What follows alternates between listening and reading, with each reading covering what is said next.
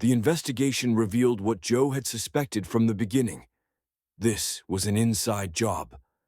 Someone with access to presidential schedules and Secret Service protocols had provided the intelligence that made the ambush possible. The attack had been planned for months, waiting for the right opportunity when the president would be traveling through that specific route. Joe's intervention had saved not just the president's life, but potentially prevented a constitutional crisis that could have destabilized the entire government. The president himself insisted on meeting the taxi driver who had risked everything to protect him. The Oval Office meeting was brief, private, and never reported in the media. But witnesses said the commander-in-chief spent 20 minutes thanking a man who had never stopped serving his country, even after he'd officially stopped serving his country. Joe Martinez went back to driving his taxi. The cracked windshield got fixed, the dented bumpers got straightened, and license plate DC 4751 went back to making the same routes through the same neighborhoods. But something had changed. The Secret Service offered him a position: consultant, trainer, advisor. Joe declined. The FBI wanted to debrief him extensively about the attack and his response. Joe cooperated but kept his answers brief. "Why?" Agent Chen asked him during one of their meetings. "Why go back to driving a taxi when you could have any position in federal law enforcement?" Joe looked out the window of the federal building, down at the street where his yellow cab was parked. "Because 20 years ago, I learned that the best protection happens when nobody knows you're there.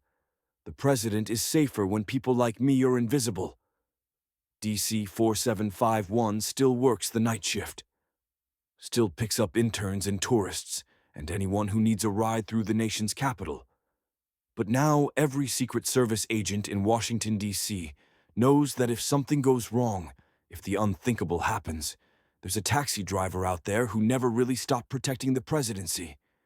Because some people serve in uniforms, some serve in suits, and some serve by driving a yellow cab through the streets of democracy, ready at a moment's notice to stand between evil and the office that represents the hopes of millions. Agent Joseph Martinez retired 20 years ago. But the oath he took, to protect and serve, to stand against all enemies, to give his life if necessary for the security of the nation, that oath never retired. It just learned to drive a taxi. They emerged from 3 different positions: rooftops, parked cars, and a construction site that provided perfect elevation and cover. Professional placement, military-grade coordination, the kind of ambush that required months of planning and intimate knowledge of Secret Service protocols. The first shots shattered the night silence. High-powered rifles, armor-piercing rounds designed to penetrate even the beast's reinforced plating. The motorcade tried to accelerate, but the route had been carefully chosen. A narrow street with limited escape options, buildings on both sides creating a perfect kill zone. Joe watched the lead SUV take multiple hits and swerve into a parked car. Agents poured out, returning fire, but they were outgunned and outpositioned. The presidential limousine was trapped between disabled vehicles and incoming fire from elevated positions. This was the nightmare scenario every Secret Service agent trained for, but hoped would never happen. A coordinated assassination attempt in the heart of the nation's capital, planned by people who understood exactly how presidential protection worked. Joe sat in his taxi for approximately 3 seconds, calculating angles, counting shooters, assessing the tactical situation. Then Joseph Martinez, taxi driver, made a decision that Agent Martinez, Secret Service, would have been proud of. He drove straight into the ambush. Joe's yellow cab accelerated toward the chaos, not away from it. His first move was tactical. He rammed his vehicle into the construction barrier, collapsing the scaffolding and eliminating the elevated sniper position that had been raining fire down on the motorcade. The impact deployed his airbag and cracked his ribs, but Joe was already moving. He rolled out of the taxi and sprinted toward the presidential limousine, using his vehicle as cover while he assessed the remaining threats. 2 Secret Service agents were down. The others were pinned behind their disabled vehicles, unable to advance or retreat. The president was trapped in the beast, which could withstand the incoming fire, but couldn't move with vehicles blocking both ends of the street. Joe didn't identify himself. There wasn't time for explanations or credentials. Instead, he did what he'd been trained to do for 15 years. He moved to protect the principal. "Agent down, northwest corner," he shouted to the remaining Secret Service team, using terminology and tactical language that immediately identified him as someone with the right training. "Secondary shooter, rooftop, 2 o'clock. I'm moving to flank." The senior agent on scene, Agent Sarah Chen, looked at this middle-aged taxi driver who was suddenly speaking like a trained operative and making tactical assessments that were exactly right. "Who the hell are you?" she called back. "Someone who took the same oath you did," Joe replied, already moving toward the second shooter position. What happened next was 15 minutes of tactical precision that reminded everyone why presidential protection required the best training in the world. Joe moved through the ambush site like someone who'd done this before, flanking positions, providing cover for advancing agents, and eliminating threats with the kind of situational awareness that took years to develop. When the shooting stopped and backup arrived, they found 3 deceased shooters, multiple weapons secured, and a taxi driver sitting calmly beside the presidential limousine, applying pressure to a wounded agent's shoulder. Agent Chen approached Joe as the scene was being secured. "Sir, I need to understand what just happened here. You responded like federal law enforcement, but you're driving a taxi." Joe looked at the president's limousine, where medical personnel were checking on the uninjured but shaken commander-in-chief. "Agent Joseph Martinez, Secret Service, retired. Presidential Protection Division, 1989 to 2004. Chen's expression changed immediately. "Agent Martinez. Sir, you're a legend. The Bogota incident, the Tokyo summit, That was a long time ago," Joe interrupted. "I drive a taxi now. But you still responded. After 20 years, you still put yourself between a threat and the president." Joe stood up slowly, his cracked ribs making movement painful. "Some things you don't retire from, Agent Chen. Some oaths don't have expiration dates." He'd been driving the same taxi for 20 years, same routes, same passengers, never drawing anyone's attention.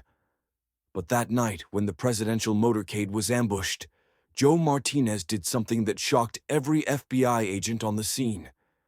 Because the man they knew as a taxi driver was actually a former member of the most elite protection unit in the world. Welcome to Hidden Warriors.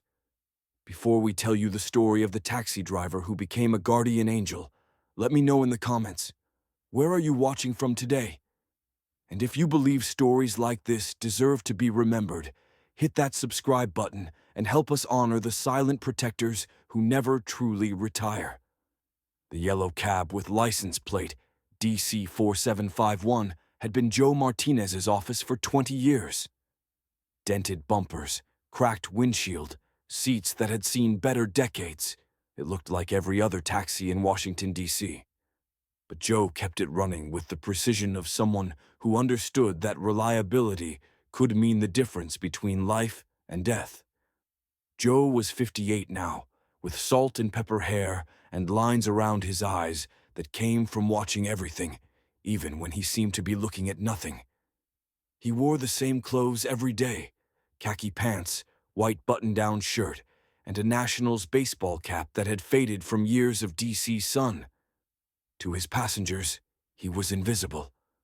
Just another immigrant making an honest living in the nation's capital. But Joe had habits that didn't quite match the typical cabbie profile. He memorized every passenger's face, logged their destinations in a mental file that never got erased. His routes weren't just about traffic, they were tactical, with multiple exit strategies and sight lines that most drivers would never consider. And sometimes, when government motorcades passed by, Joe would tense up in ways that had nothing to do with traffic delays. The small apartment above the garage on Rhode Island Avenue was sparse, functional. A bed, a kitchenette, and a locked filing cabinet that contained documents Joe hadn't looked at in 15 years. Inside that cabinet was a different life: commendations, training certificates, and a presidential letter of appreciation signed by 3 different commanders-in-chief. Joseph Martinez had been Agent Martinez, United States Secret Service, Presidential Protection Division. 15 years of standing between the most powerful person in the world and anyone who wanted to harm them. 15 years of scanning crowds, memorizing faces, and being ready to take a bullet for someone he'd sworn to protect. Friday, November 8th, started like any other night shift. Joe clocked in at the taxi company dispatch at 6 p.m., did his vehicle inspection with military precision, and headed out into the D.C. traffic. The city was busy, but manageable. Dinner crowd, theater district, the usual mix of tourists and locals who needed rides around the Capitol. His last fare of the night was a young intern from Capitol Hill, heading home to Georgetown after a long day of fetching coffee for senators. Standard ride, easy conversation about politics and student loans. Joe dropped her off at 11:43 p.m. and was heading back toward the garage when he heard it. The distinctive sound of a motorcade moving fast. Not the scheduled kind. This was emergency speed, vehicles pushing through traffic with the urgency that meant something had gone wrong. Joe's trained instincts, dormant for 20 years, suddenly screamed to life. He followed the sound, keeping his distance, but staying close enough to observe. 3 black SUVs and the presidential limousine, the Beast, moving north through Georgetown. But something was off. The formation was wrong. They were missing the lead car, and the spacing between vehicles was too tight, hallmarks of a compromised route.